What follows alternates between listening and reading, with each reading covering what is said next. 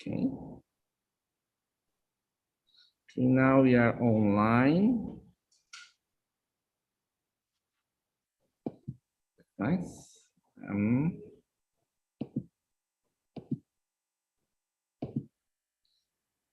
If you want to, you can, I think that you can share your screen if you want to show something. Oh, you gotta activate that or allow me to do it. Right now, I'm not able to do it.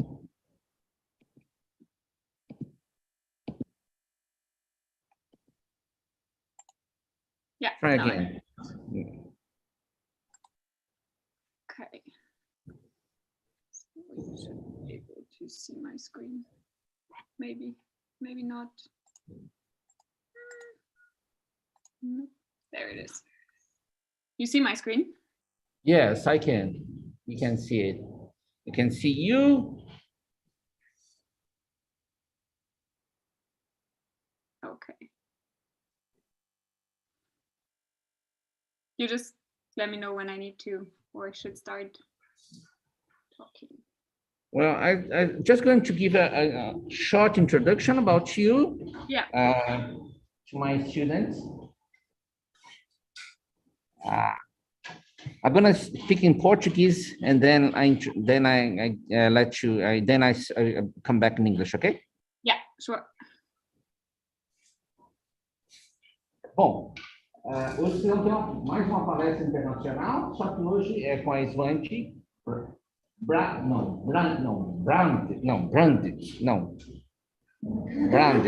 Branded, right? Yeah.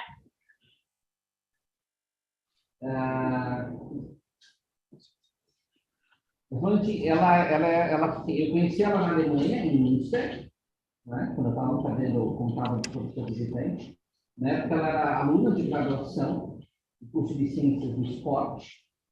Né? Agora ela já se formou. E ela está trabalhando na Marinha, né? Na Marinha, lá na Alemanha, e ela trabalha com preparação física e também ela dá aulas de esporte para os soldados. Ela tem um contrato português. Ela fez o mestrado dela, né, na área de ciência do esporte, e agora ela está fazendo um outro mestrado em gestão.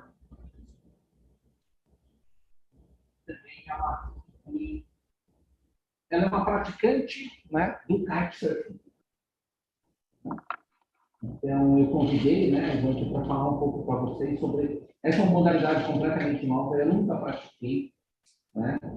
I never did it, so I'm very excited to see your talk.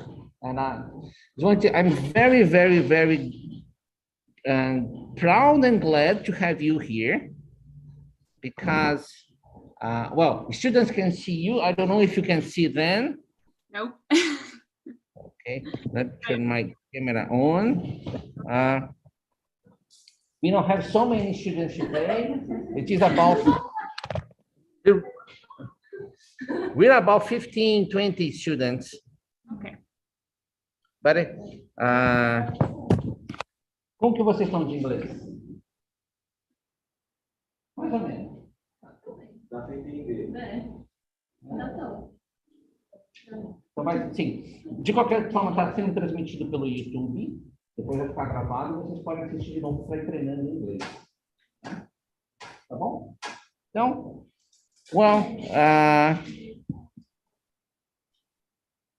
thank you again, Twenty, and I'm very proud to have you here and to see how far you've been since we met first.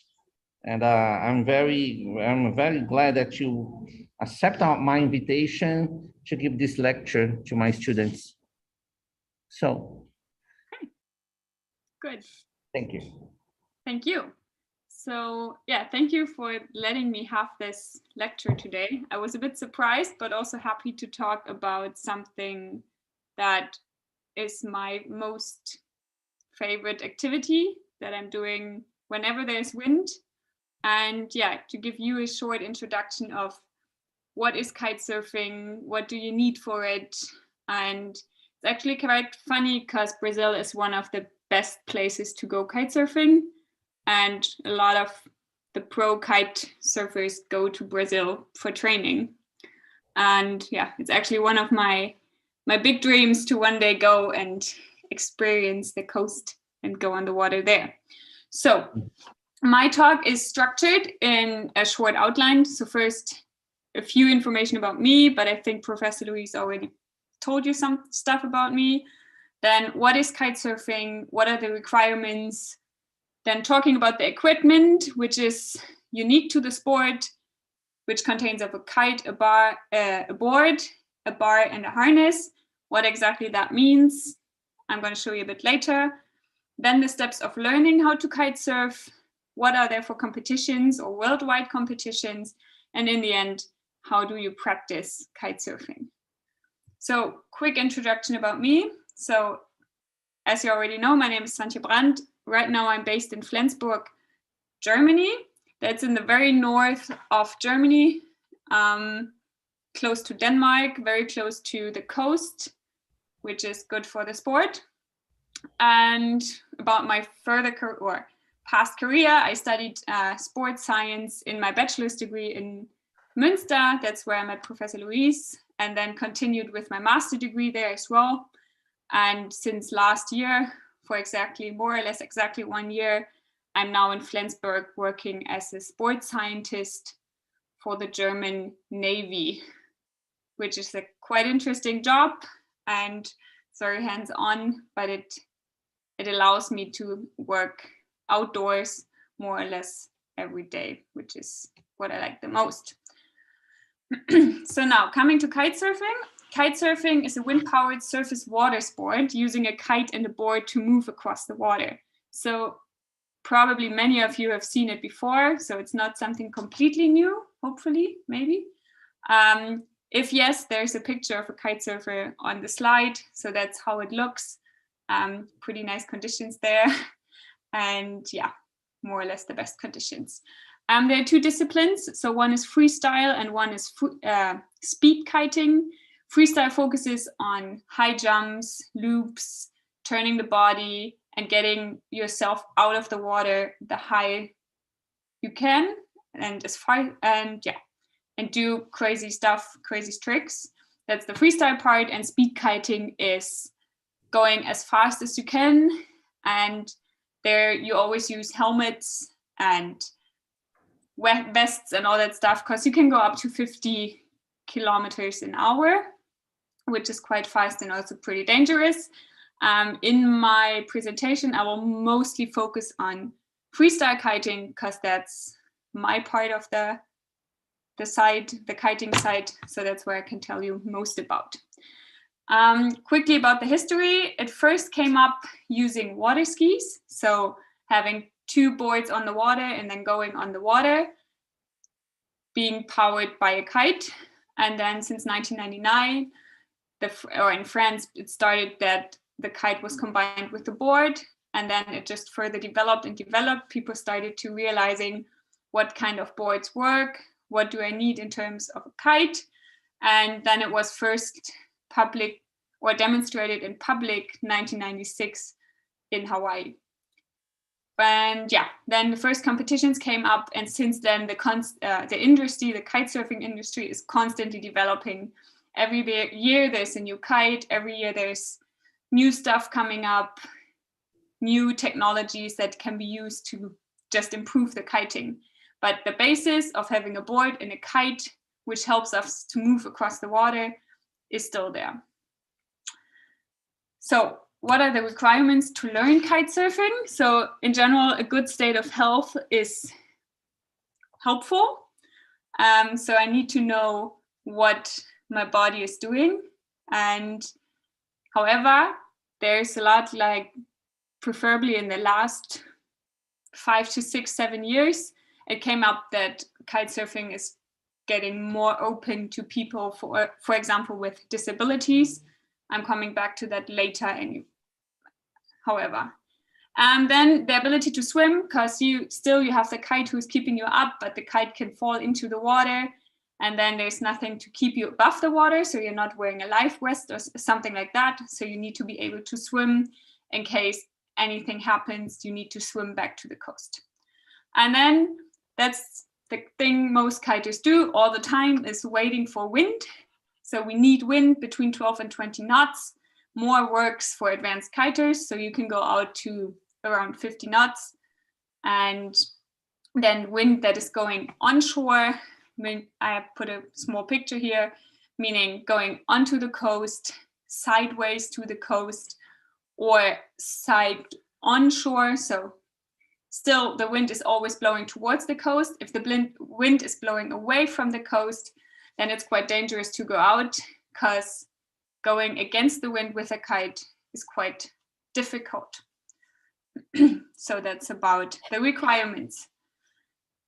When it comes to kite surfing, there is a lot of equipment required, which I'm going to explain to you now. First things first, you need a kite that is keeping you, or that's going in the air. There are two types of kites. I'm not going into too much detail, but on the left we have a soft kite, which is just like a, how do you say? Oh, forgot the word.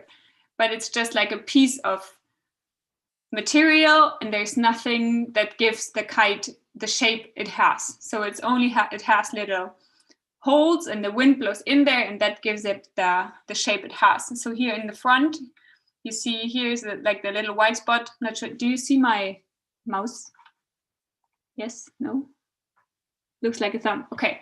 Yeah. So you have little holes where the wind blows in, and then it gives the kite the shape. And yeah, that one is mainly good for low wind conditions, because it flies pretty easily. It doesn't need too much wind to fly, but it's also a bit harder to handle. That's why most people use tube kites. You have here in the front, there's a little hole, or like the front tube, which is a tube around the kite, and it gives the kite the shape it has. So you pump it up with air, and then it has the shape the kite needs to have. And yeah, that's the tube kite part. And kites come in different sizes. It always depends on the wind what size you need. So common sizes are between 6 square meters up to 15. The biggest one that is out there, I think, is 18, which is quite big. Like I always compare it to a room, and an 18 square meter room is quite big, and therefore the kite that is in the air is monstrous large.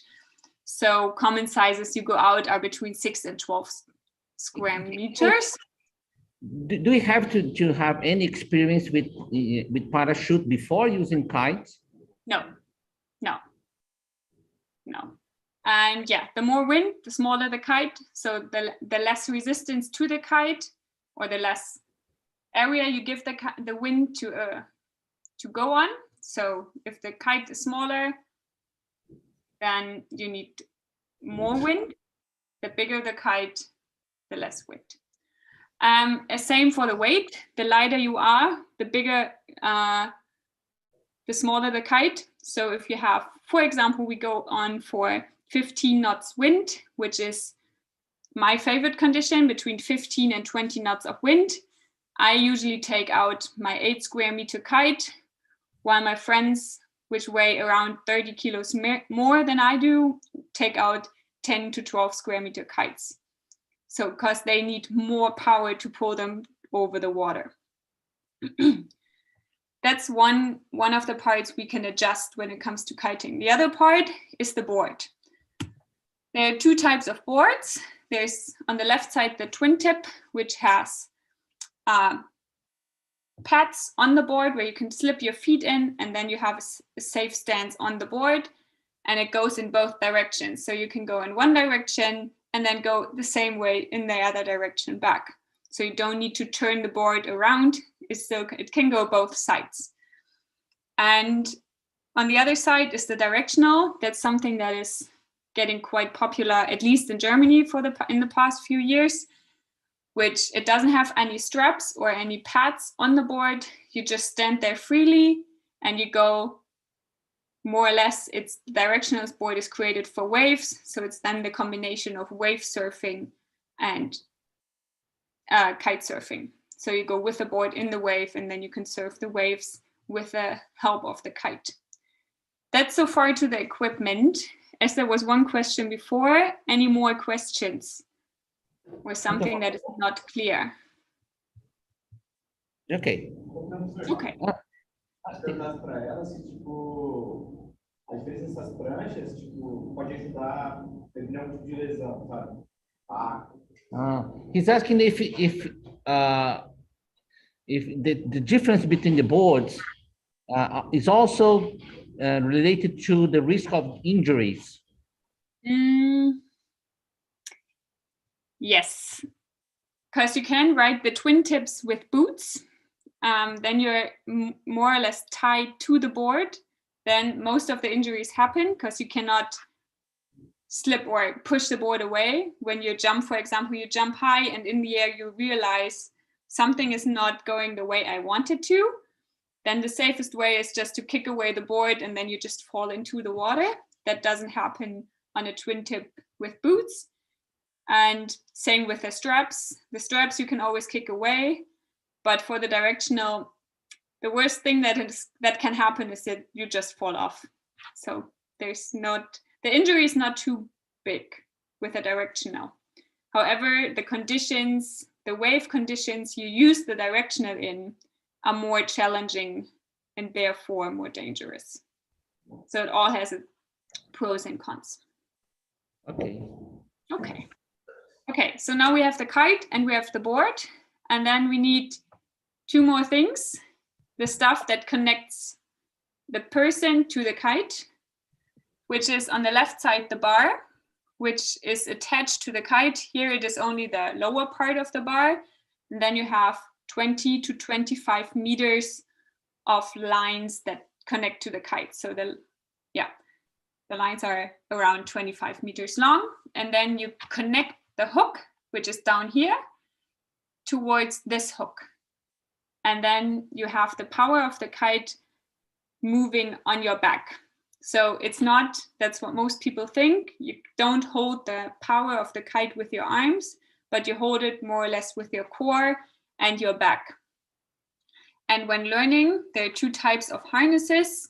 One that is only around your back and one that is more or less like a pant, which is a bit easier because it's not, the core doesn't have to work as much because the legs are always also working with it, and then you can more or less sit in your harness and not do anything.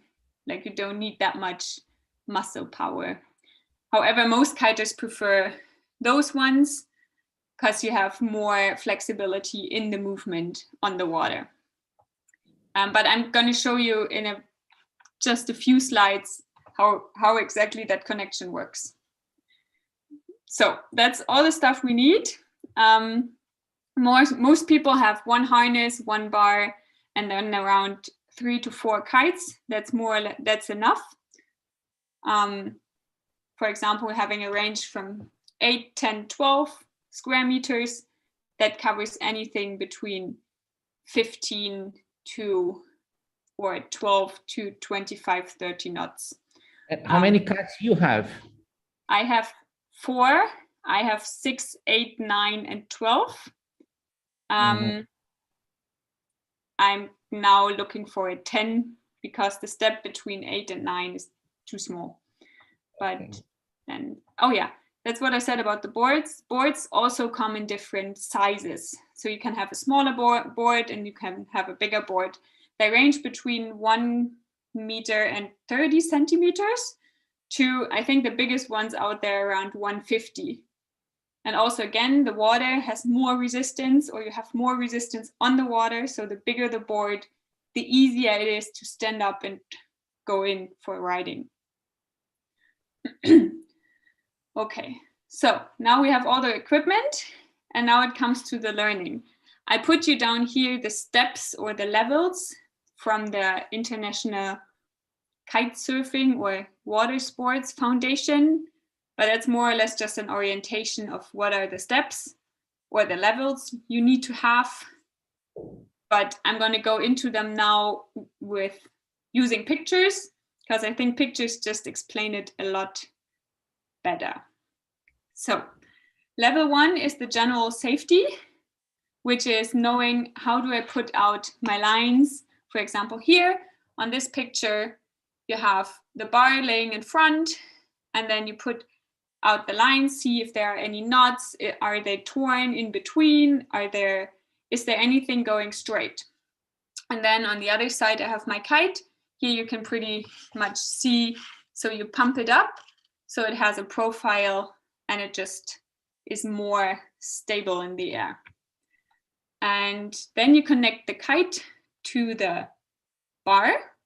And then the next step would be connecting the bar to your body.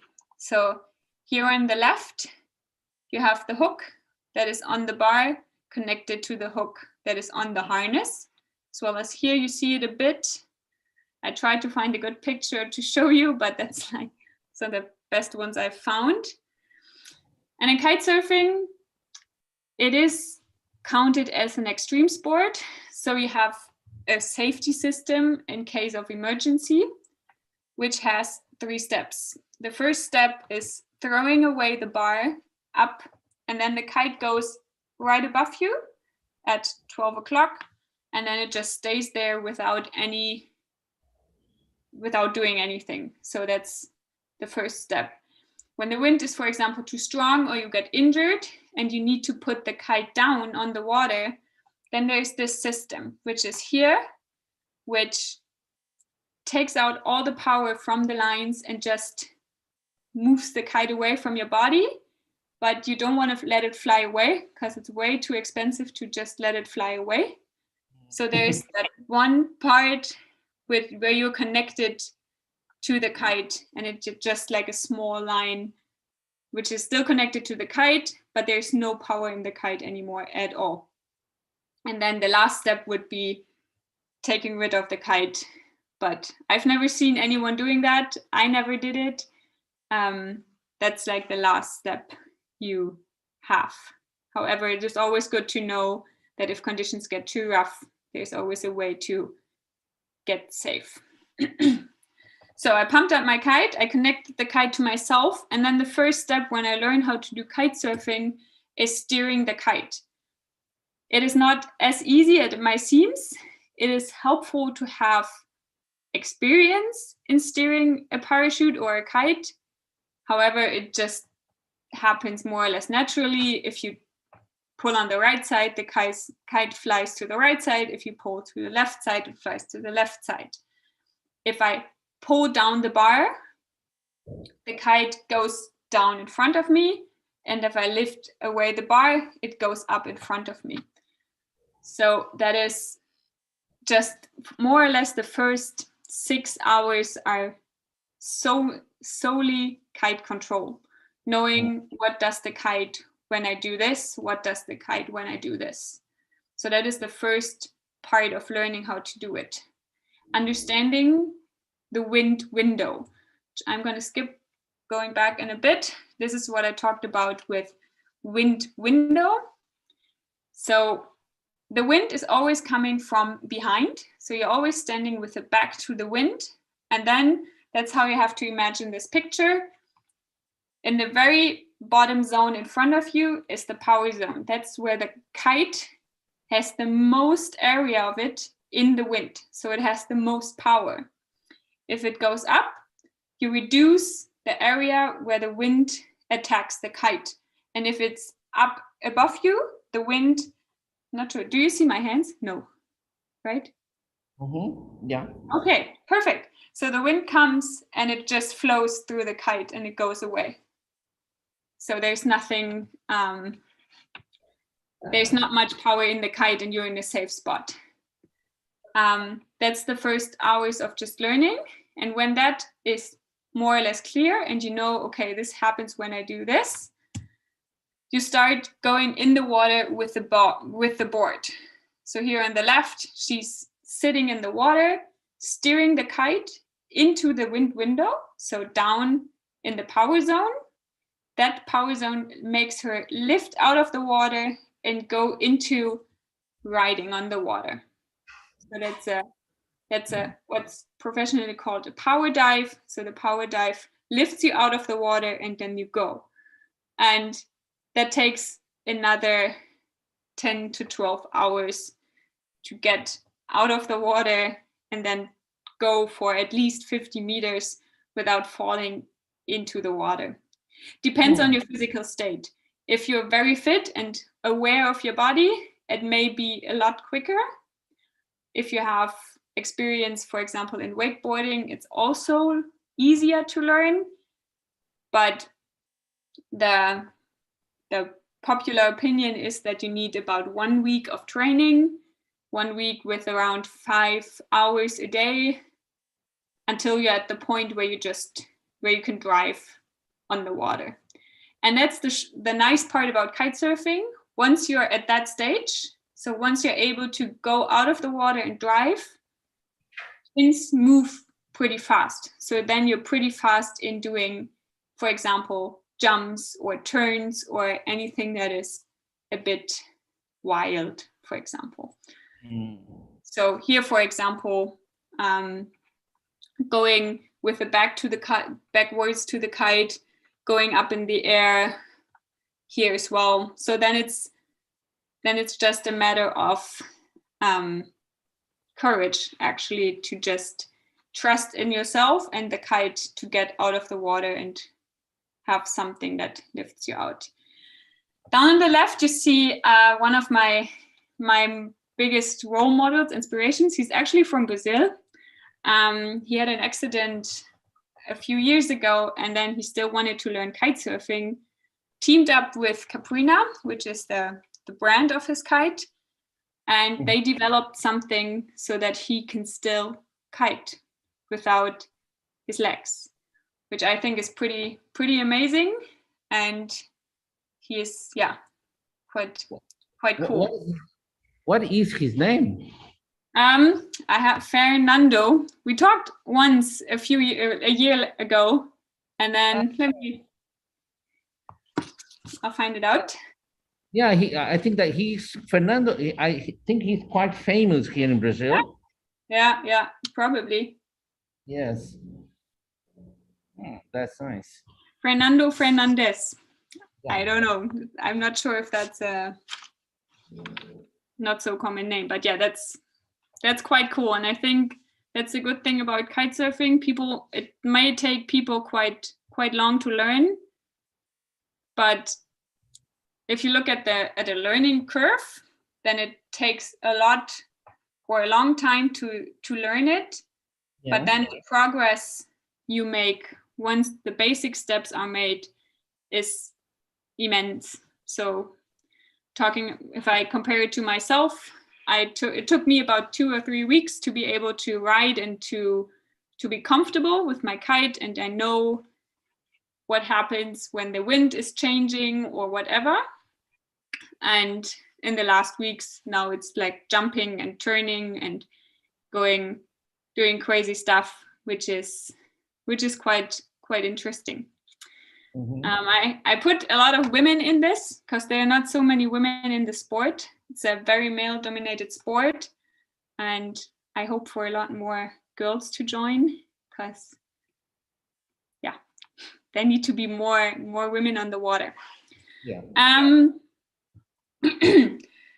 That's about the steps of kitesurfing. Are there questions about it until here? Uma dúvida? And how young can be someone to start learning? There is no real age limit. Actually, I read one article last week about a young boy. I think he was 6. The only problem, or schools, like in Germany, kitesurfing schools only start teaching you at the age of 12, because then they say you're mentally able to make the combination of kite and board. However, a few friends of mine, they have kids, like young kids, 3, 4, 5 years old, and they always take them with them. So they put them between their legs on the board. If we look back at this slide, so the kids stand here, hold on to the legs, and then they go out in the water to get a feeling of it. And then the problem is the kite sizes, because they are very light. And then we start with, or the kites that are out there start at 4 square meters. So they need to have the right equipment, and equipment for children, or starts even with women, is not there yet as well. Like, the equipment is there, but it's not good. Finding a harness for a 6-year-old is more or less impossible right now. Like, you have to. And is there any problem if the person has, because of the harness, if the person has some low back pain or something like that? Yeah. Especially older people that learn to kite, they never go to the hip harness that is wearing here, because the back is not able to hold it.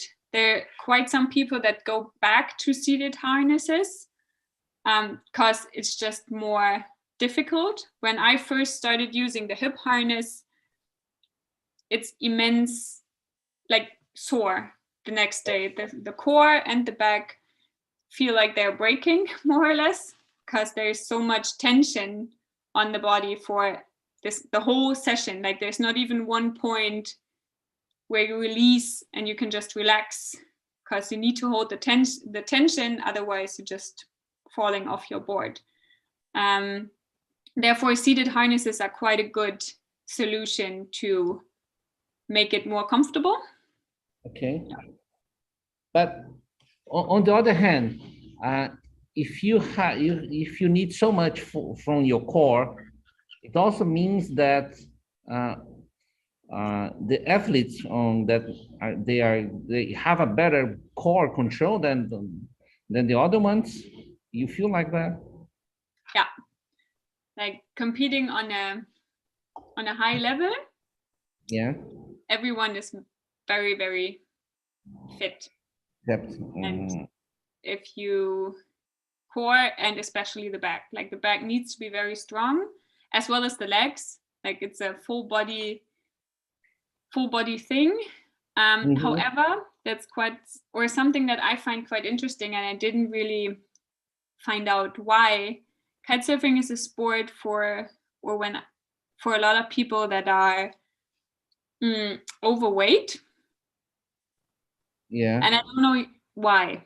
Like, when I look here on the water, it's mostly male overweight people that are out there, which I think is something quite odd in an amateur sport. If you go into the pro leagues, then you have the young, fit people, but it's something that is quite interesting, because I didn't find an explanation until now why it's such an amazement to people to go out at 5 degrees. Like, because Germany, kitesurfing is not like in Brazil. In Germany, we kitesurf at -1 degree, because that's the only time we really have wind here. Like, the water is always cold. Like, we always wear wetsuits, because it's too cold to go without a wetsuit. But when it is -1, how cold is the water? 4. I think the coldest I went out this year was 4. 4. Okay. Yeah. Because here, well, if you think about, I think that the lowest temperature for water might be something like 15 for us. No less than that.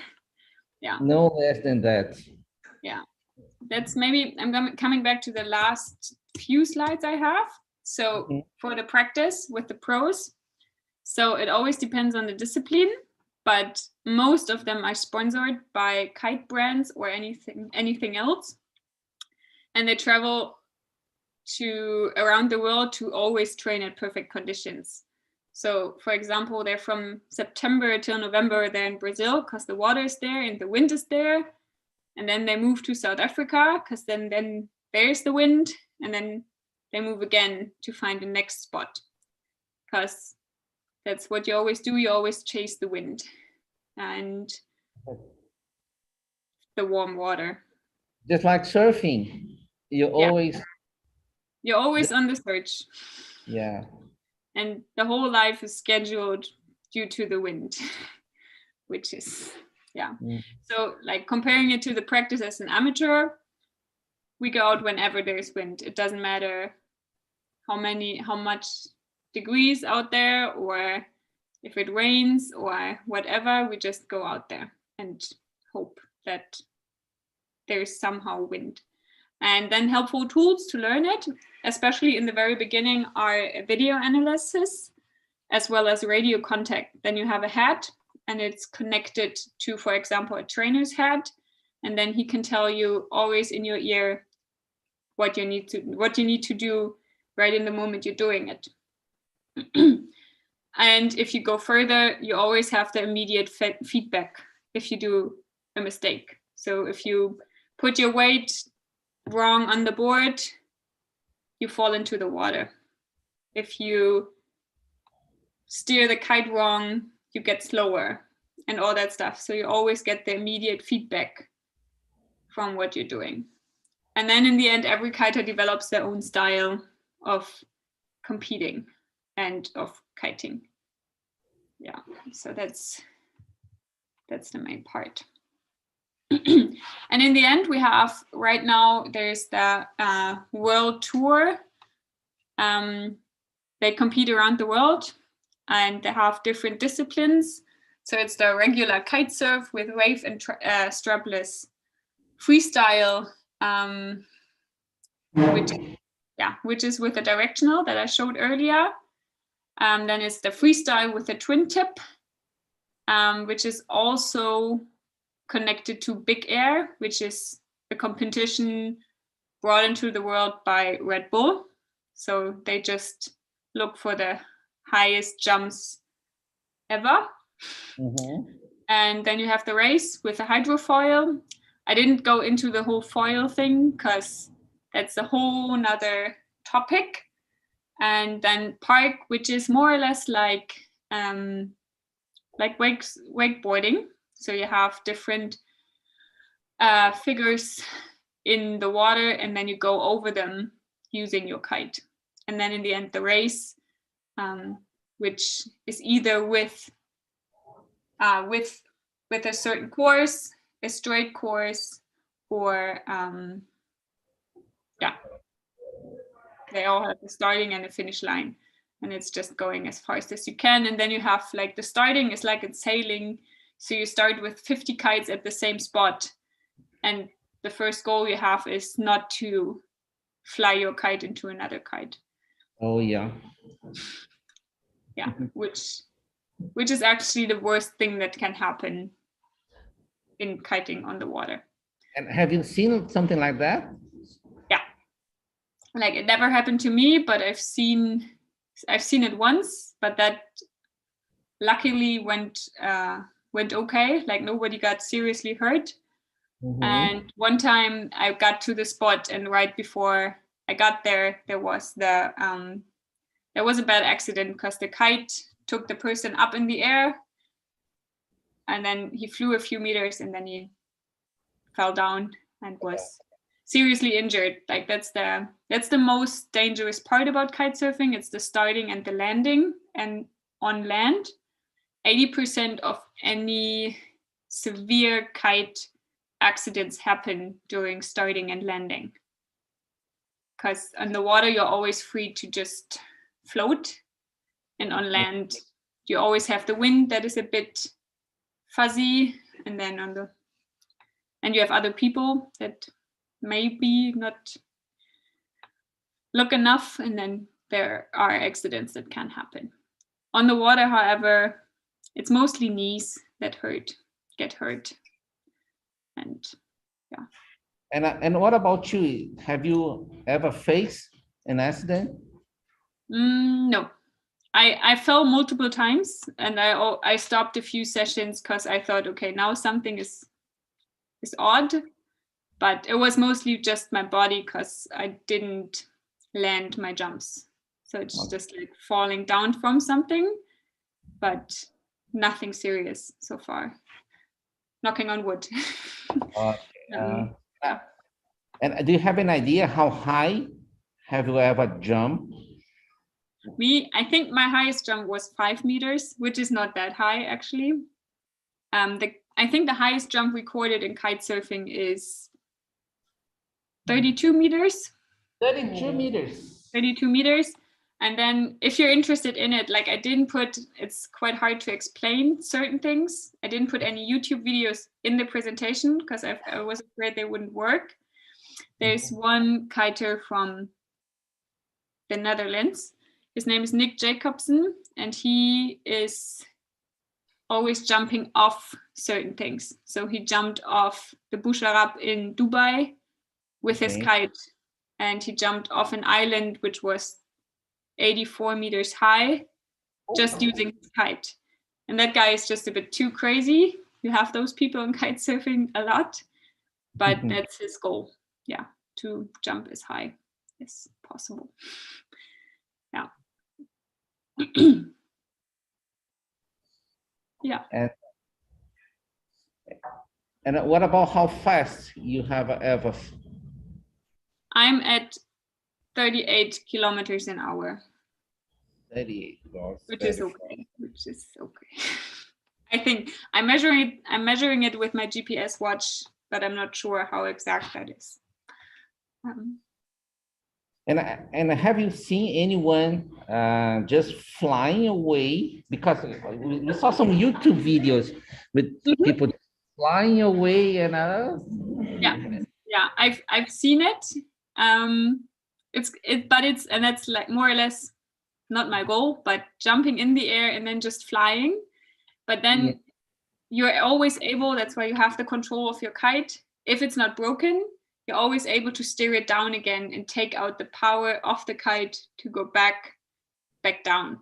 Like there's not such thing as flying over an ocean using a kite. That's just not working. You can fly, and if you're not steering it properly, then you can always drop it. Or you drop it in the water. And what about going to the open sea? For example, you fly away and go very far from the coast. You always come back. That's why as long as you go on onshore conditions, which I showed in the very beginning, as long as your equipment is fine and the wind is going onshore or side shore, you always come back to the coast. Okay. Well, just like other adventure sports, the idea is not doing kite surfing alone and always doing it with someone else, or you can go by yourself and do that completely loneliness. No, you always need. Well, there are people that do it, but that's something that's just not. No, you just don't do it because there's always something that can happen. As long as your gear is fine, it's okay. I have one friend that always goes more or less by himself. But I can only talk about Germany now, but I think it's like more or less like that in the whole world. Kitesurfing is getting more and more popular. So whenever you get to a spot, you're never alone anymore. So what I mostly do, I go out or drive to the spot, and then there are always people.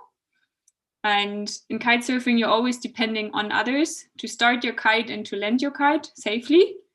That's why more or less everybody is watching each other in terms of emergencies. Yeah.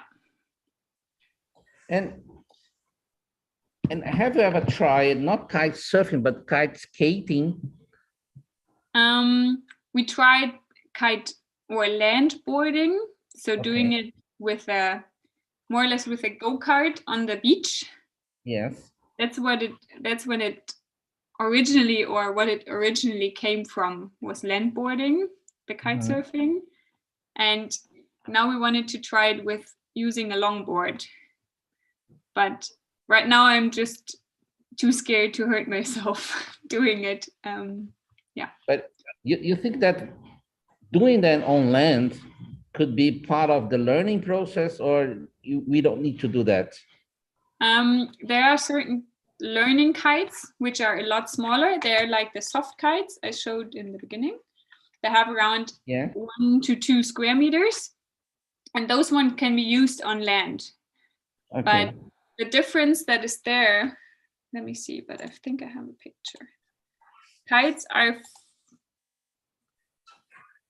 when you fly a kite, you always have 4 lines, which on this side is those on the outside, here on the red and on the yellow. Those are the steering lines. So those help you to steer the kite. And in the middle, the lines are there to hold the kite in its position. And most parachutes that are out there for like free time purposes only have 2 lines. And that's the difference between learning it. Okay. Yeah. Alguma mais pergunta, pessoal? Quer saber, né? Na competição, tem diferença dos esportes, né? Assim, freestyle sobre tal esporte ou velocidade em tal board? Tem diferença. He's asking, Kaique is asking if during competitions, for example, for freestyle, you need to use one specific type of boards. For jumps, you have to use another type of boards, or you can use always the same. No, you can use always the same. And there's no, how do you say it? No obligations before. So they don't tell you, okay, today we have 50 knots, so you need to use this kite. So you do whatever you want, more or less, what you can best perform in. So there's no obligations of what to use. You can use whatever.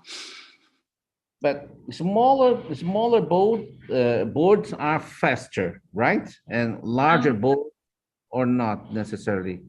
No, not necessarily.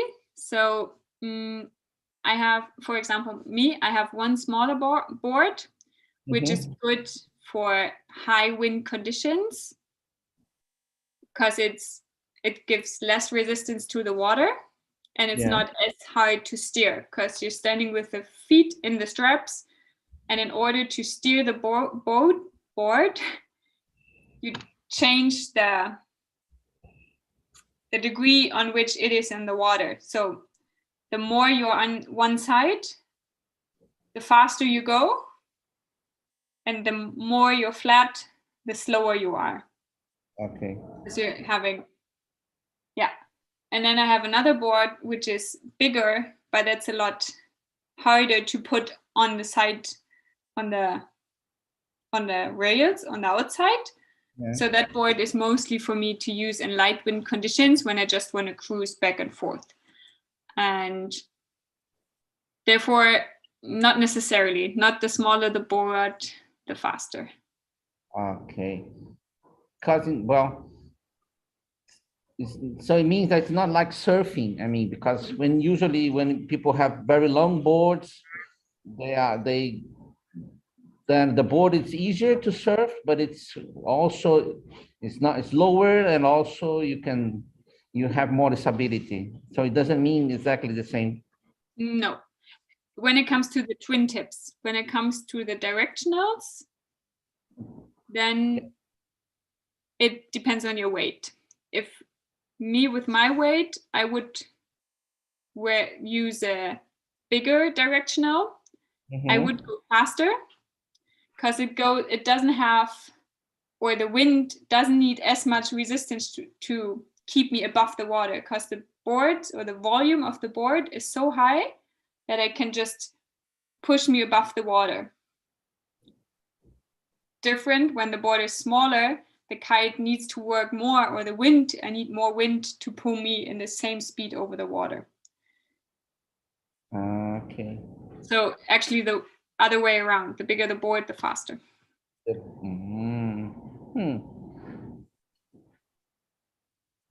Yeah. Curiosidades? And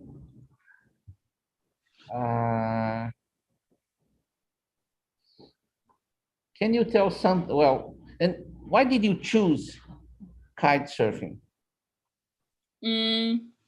I started, or I'm sailing, I mean, since I'm born, more or less. But sailing is always combined with a lot of equipment, like a lot more equipment than kite surfing. And you're not as flexible when it comes to the location.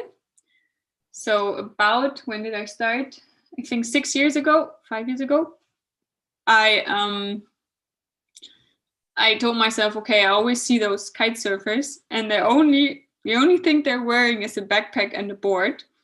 So I need to try that as well. So that's when I started kite surfing, because I wanted to do something that is on the water, outdoors, using the wind. And then I had to decide between windsurfing and kite surfing. Yes. Well, the wave surfing is not possible in Germany. And windsurfing needs a lot, where the equipment of windsurfing needs more space. So I went for kite surfing, and well, within the kite surfers, like the kite surfers and the windsurfers, they don't get along too well because they use the same stuff, the same locations. But yeah, I'm okay with being a kite surfer. I wouldn't have it any other way. And have you ever participate into a competition, or is just? Not yet. That is my goal for either the end of this season, so September this season, or next year. And is there a German league for that? In Germany, we have the Kitesurf Masters. They have three competitions, but those ones you need to be in the pro league. So there's not like, we only have one league, and that's the pro league. And then there's one for amateurs, which is next week, I think. So we have, so we have just that one league, which I might try to get in. I wish, but I'll see how it goes. Depending on how good the wind is going to be this upcoming summer. If there's good wind, then yes. If no, then not. So you said it takes 6 hours to be able to. I was just accounting all the hours you said. So it means that someone to be able to do kite surfing need at least, let's say, 3 weeks. Doing everything. 1 week until the person is able to drive or to surf on the board with the kite. Not safe, but being able to go in both directions without a proper change. Okay. But going in both directions. Yes, that's 1 week, more or less. Okay. And in Brazil, it's probably faster because you have better wind. And which kind of when you teach someone to do kite surfing, what are the major fears that someone may show to you? The major fear that is there is the moment, when we're going back to this slide, is the moment when you're sitting in the water, like here, and you managed the first time that the kite is pulling you up and you're standing on the board. That is the point where most people lose their body tension and just fall over to the other side, because they're just on one side so happy they made it to stand on the board, but on the other side are too scared to just drive in one direction and just being able to drive. That is like the biggest fear, I guess. Because anything else is like, if it's a good it's a good process, like a good step-by-step process, then people don't really develop fear. Like the first fear they have is steering the kite, and that is taken away by properly learning how to steer the kite. And then the second one is, how do I get on my board? And that is taken away by doing it step by step. Because most locations where you learn are quite flat, so you can stand in the water and then steer the kite. And then at one point you sit down, put the board on your feet, and you just try all again and again and again until the moment you drive. And then you're able to drive, and then that fear is taken away from you. And then the fear is there to jump. But once you did your first jump, you notice there's nothing happening. So it's like, due to the small process steps, fear can be taken away. Unless something happens in the process. Okay. I remember once I was watching some people doing kite surfing in Florianopolis, and something I was thinking, because it's not like, for example, when you jump with parachute or when you're flying, because you are in a very low height. So how do you know the winds? How is there any clue? Is there anything? How do you know where to go or where to the direction of? Okay, so therefore we can use this graph. I only found it in German, but when you kite surf, you have a few directions where you go, and then you have a few indicators showing you, okay, this wind might be a bit too strong. So one indicator is the water. If the water is quite flat, and at one point it's just a bit fuzzy, then you know, okay, there is more wind than where I am right now. So that's like looking at the water. And the other thing is you feel it in the kite. So you have the kite along this part, and you adjust the power the kite has using the bar or by moving the bar up and down. So the more power you have, the further up the bar is, the less power. For example, because the wind is going down, because, I don't know, there's something, then you just pull it a bit further down, and then the kite has more power again, because it gets put into the right positions by the lines. And then you feel, okay, there's a big, what's the word? There's a big part of the wind coming into my kite, so I release it, and the power on the kite is not too much. That's my way of adjusting the power that I have in the kite. And then I can adjust it as well using different types of directions. So the wind is here. If I go on this course, the wind is right from my back. The board is quite flat, and I'm just going straight. If the wind is getting too much, I'm going upwind. So I'm going against the wind and going against the wind and trying to, or it gets slower because you can't go against the wind. The wind is your power. If you're going against it, it stops you automatically. And then you have I don't know the English word, the course where you have the wind half from your back. Okay. And that one is more or less the fastest, because the board has no resistance on the water. So it's more or less flat on the water, and you just go where the wind goes. However, you can't keep that for so long because the kite is dropping if it doesn't have any resistance that's working against it. Yeah, that's how you can control on where to go using the board.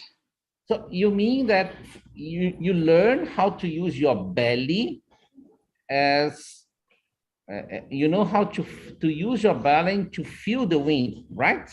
Yeah. This is something kind of strange and amazing at the same time. So you know, you feel the force you have on your Yeah. on Then your you- harness, and therefore Yeah. you know how to adjust it and where to go. And do you have an idea about what kind of studies we can find in sports sciences about kite surfing? None. None. I wanted to write my master's thesis about kite surfing, and the only studies I found was on injuries. Yeah, injury. Yeah, injuries. This is epidemiology of injuries. This is something that we can find in books. Yeah. But I nothing. wanted to find a study on heart rate, for example, like measuring the heart rate during, more or less maybe during the process of learning it, to maybe draw back on the anxieties. That was one study I was thinking about, as well as, but that's something I think that's just from the nature of the sport, because it's in the water, using markers to find out more about the biomechanics and the forces that are on the body during, for example, a jump. Yeah. So when you land a jump, there's a big force going through the whole body, but how high is that force? Because you don't only have gravity pulling you back, but you have the kite working against it. I'm not a physician, but that's quite hard to calculate against, because you never know how much was the wind at that moment in the kite. So that would be something very interesting, but I'm not sure how good technology is with the waterproof stuff. Yeah, well, although that nowadays we have that open pose systems that we don't use.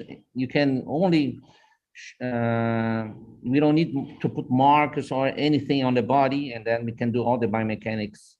But something I was thinking is that probably kite surfers might have a very good postural control. Yeah.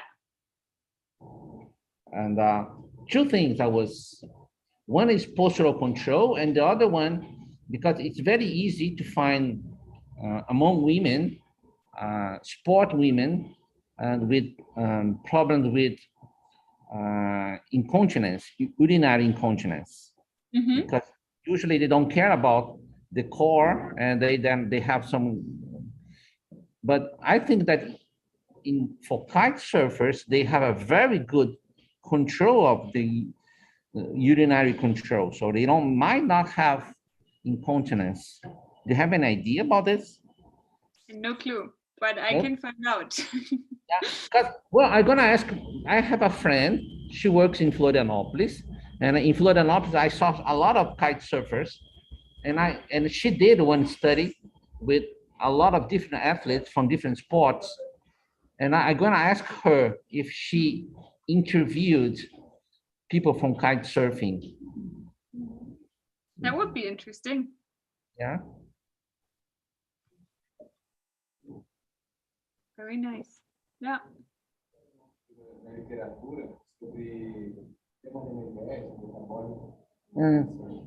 And do you have an idea about energy demands on kite surfing? I track it, like I said, with my watch, and there it says no. Actually, No. I don't know, because it doesn't, like, my watch doesn't have a kite surfing function, so I always calculate it afterwards in my Strava to kite surfing. But I can see what if Strava gives me an information about it. Is there a Strava? Is there a Strava for kite surfing? Yes. Oh, that's cool. That's really cool. And have you tried to use the accelerometers that you might have in the watch, and use that as an information for movement, and to have an idea about energy expense? Yeah. So in a session where I'm going around 20 kilometers in total, so the session lasts around 1 hour and 22 minutes and I had an energy expenditure of 430 calories. Ooh, that's cool. And a stable heart frequency of mean heart frequency of 115 beats per minute, which is not too high. It's good. It was a good session. But that was a very easy session because it was a low wind session. There was no much jumping and that stuff. But yeah, that might be the data. And for your PhD, is kite surfing something that you still have on your mind? Yeah, not as much the biomechanics, maybe because they require too much equipment. But I would love to make a study or find out something in like the whole, like I said before, in the whole woman empowerment scene, because there are no women or young girls out there that are very good, and I want to know why. Okay. Same as, I don't know, I'll see. I still have to go more into the whole kite surfing industry. I would love to do my PhD somewhere there. I would love to pursue my career in kite surfing because it's something that has a lot of potential. Yeah. A very good friend of mine, she's now a physician for kite surfers, especially for kite surfers, focusing on what do they actually need, because there is not too much knowledge about it. Well, I wish you succeed on it, and we expect, I'd say we, all the class here, in the near future to say, well, now we are going to talk to the president of the International Society of Kite Surfing, and Miss Brandon. And now my students say, oh, she gave us a lecture 2 years ago, and now she's very famous. We'll see. Yeah. Well, it's an interesting field, but it's a field that it's just developing, such as it's more now into surfing, since surfing got Olympic. Yes. Kite surfing is supposed to be Olympic too at some point. So that's giving it the push it needs. You believe that kite surfing is also going to be, because windsurf also did something, and then you believe kite surfing. It was in the Youth Olympic Games, and I hope that it's just continuing. That's someday. Alguma pergunta mais? Uma média de impacto durante a prática de kitesurf, porque tem muito salto, não até mesmo impacto contra a água, contra o vento que você está recebendo. Bianca, she's asking if you have an idea about the load, the impact load during the maneuvers. I wish, but no. No clue. I had a kite trainer or coach, and he was able to see, we always made jokes about it, but it was something about it. He said he sees the Newton on your harness hook and do stuff. That was the joke we made about him, but I never asked him, actually. It's not too much, but it's also not too little. Yeah. You know, I know some guys that really enjoy doing some sensors, and that he's doing a lot of sensors for surfing and sensors for windsurfing. And I'm gonna ask him if he has also some ideas about kite surfing and sensoring with waterproof sensors to measure the load and also to measure other things during the kite surfing. Okay. Oi. Perguntas tem uma diferença de regular e loop, que é tipo, tem bastante no surf, mas não sei se o kitesurf tem uma influência tão grande. Victor is because Victor is surfer. He was asking about if there is any difference between regular and goofy. If your back foot is right or left, is there any difference? Not really, because if you're going on a twin tip, both feet are the same.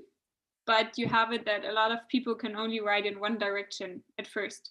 Like for me, I can only jump to the left and go switch, so turn my back to the kite to the right for some reason.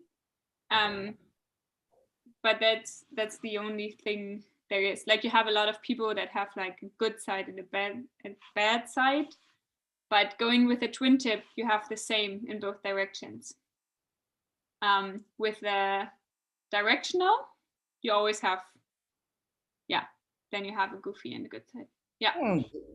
This is something that this is something that is nice to understand why, and you think that always for the beginners is like that, they always can turn to one side and not turn to the other side. Not always, but that's what I experience a lot. Yeah, this is a kind of a motor control issue. Nice to. Cool. Mais alguma pergunta?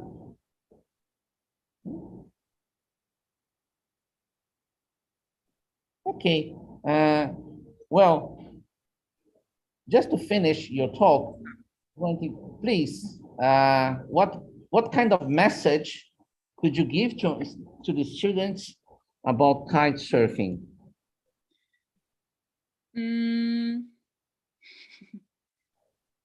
Let me put it in two parts. One part is that if you ever have the chance to try it, do it.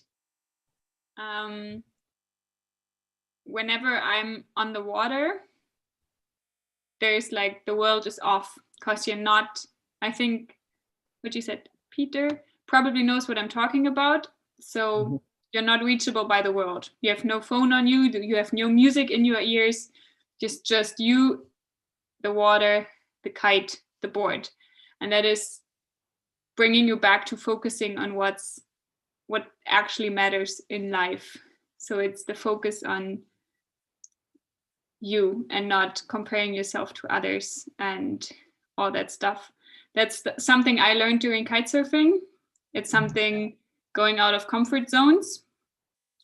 And I hope and I wish for everybody to find something in their life that gives them the passion and the drive that kitesurfing does for me. And that would be my spiritual message. And then on the other side, it would be just do what you want. I think I don't even know what the study program is you're in. What is it? Teacher? Yeah, this is similar to sports sciences, but it's physical education, but it's sports sciences.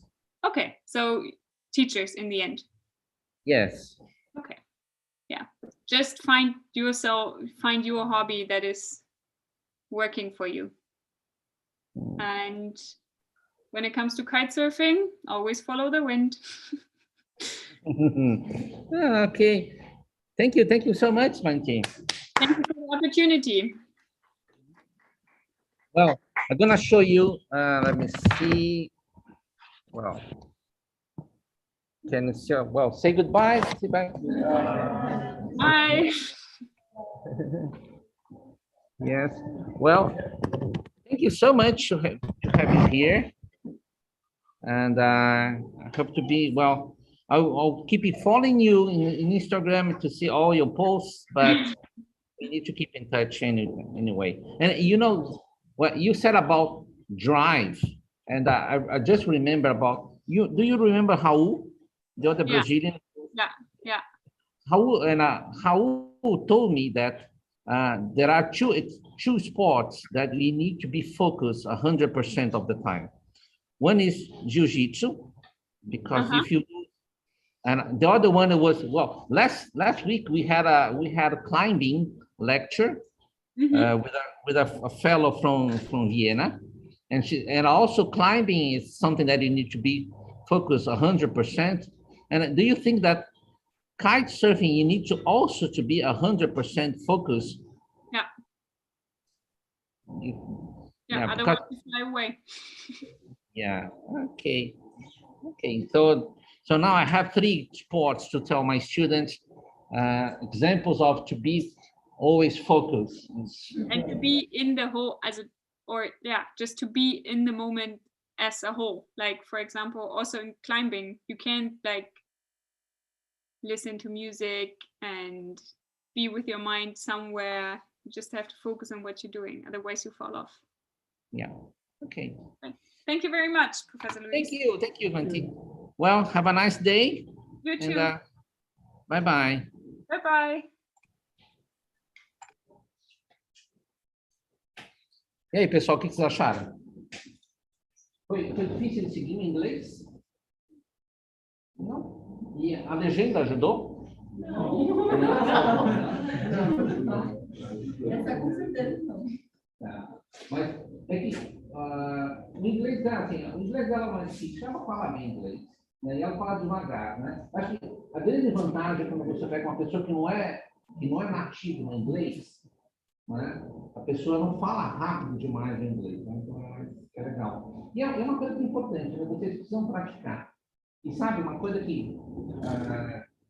olha só que coisa interessante, né? O ano passado veio um aluno lá de Munster, né? Porque eles, assim, o curso de graduação deles dura 3 anos. Todos os cursos de graduação na Europa duram 3 anos. E o curso de ciências do esporte na Alemanha é assim, você tem aula nos 4 primeiros semestres, aí no 5º semestre você tem que sair para fazer estágio, né? Mas é um estágio de pesquisa. E esse estágio de pesquisa, você tem que sair, né? E eles querem muito que o aluno saia do país para fazer estágio, e vá para algum outro país, acho que muito por causa da mobilidade dentro da Europa, etc., né?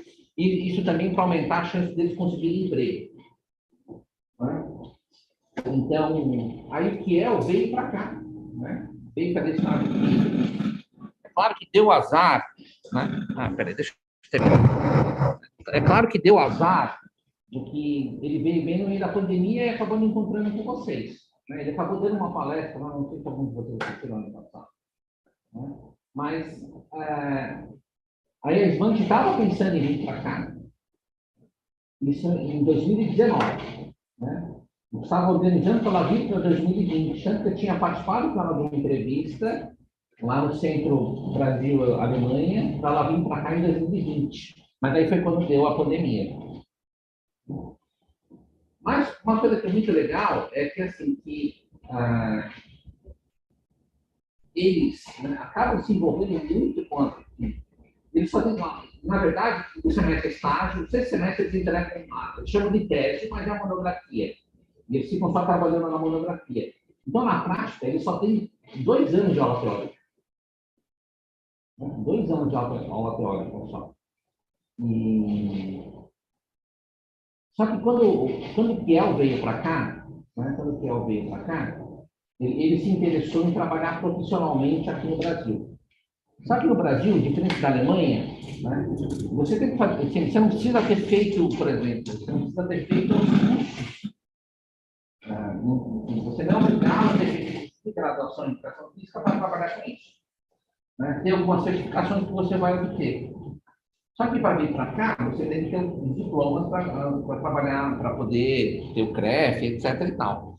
Então, a gente está discutindo, né, que para os europeus é muito interessante, se eles querem vir para o Brasil para trabalhar, ter o duplo diploma, né? E a gente, assim, para nós, estudar vocês terem um diploma alemão não vai facilitar muito vocês trabalharem na Europa, mas vai trazer oportunidade de vocês irem para a Europa. Então, a gente está discutindo isso, estou discutindo isso com o Raiko, né, que é o professor de lá, da gente montar um duplo diploma, né, com ciências do esporte. O duplo diploma, o nosso curso, ele pode ser apresentado lá como material para reconhecer um diploma lá, ou a gente faria mais uma... Não, aí quem participaria do programa, né, quem participaria do programa teria, no final do programa, os 2 diplomas. O curso tá, o diploma daqui e o diploma de lá. Mas você não precisaria ir para lá para ter. Não, aí teria que ir para lá um semestre. Teria que ir para lá um semestre e a pessoa teria que vir para cá um semestre. Na nossa área não tem, né? Não tem. O outro duplo diploma que eu estou pensando, deixa eu perguntar o que vocês acham. Eu estou perguntando, assim, para os professores, né? Eu já até perguntei também lá na saúde pública, com nutrição. O que vocês acham? Né? Aí eu não sei se seria, tipo, estudar mais 1 ano e meio, alguma coisa assim, né? Mas aí você ganha o diploma de nutrição, e quem faz a nutrição ganha o diploma de educação física. Isso tem data ou é só uma... Por enquanto é só uma ideia. Né? Eu quero saber um pouco da aceitação. Eu tenho interesse, né? Você teria... tipo, se eu me formar aqui, aí depois de formado, eu teria como fazer essa extensão? Ou eu teria que estar... Sim, acho que teria como voltar. Né? Porque, sabe, um dos grandes problemas que a gente precisa resolver... Bom, vamos terminar já. Vou terminar a transmissão. Né? Tchau, pessoal.